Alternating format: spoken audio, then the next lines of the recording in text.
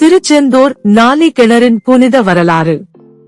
திருச்செந்தூர் கோவிலின் அருகே சூரியன் உதயமாகும்.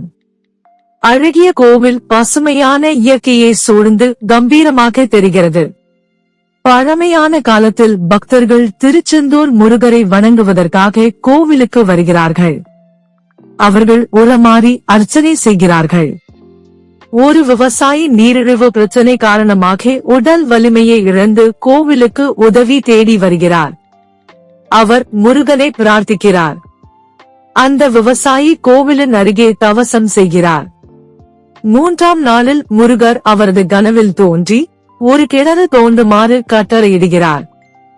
முருகனின் வார்த்தைகளை கடவுள் வழிகாட்டுதலாக கருதி விவசாயி கோவிலின் அருகில் கிணறு தோண்ட தொடங்குகிறார். அங்கே தண்ணீர் பொங்கி எளிதில் கிடைக்கிறது. அந்த நீரை மக்கள் பருகி குணமடைகிறார்கள். அந்த கிணற்றுக்கு நாலி கிணறு என்று பெயர் வைக்கப்படுகிறது. நாலி கிணறு இன்று கோவிலின் புனித நீர் வழங்கும் புனித இடமாக விளங்குகிறது. கோவிலின் மூலவர் முருகன் தனது மக்களுக்கு அருள் புரிகிறார். பக்தர்கள் உளமாறி அவரை வணங்குகிறார்கள். நாலி கிணறு தன்னை அடையும் ஒவ்வொருவருக்கும் புனிதத்தையும் குணமடையும் சக்தியையும் வழங்குவதாக நம்பப்படுகிறது. முருகப்பெருமானை நம்பினால் சேனலை லைக் செய்யவும், உங்கள் எண்ணங்களை கமெண்ட் செய்யவும், வீடியோவை பகிரவும் மற்றும் சேனலுக்கு குழு சேரவும்.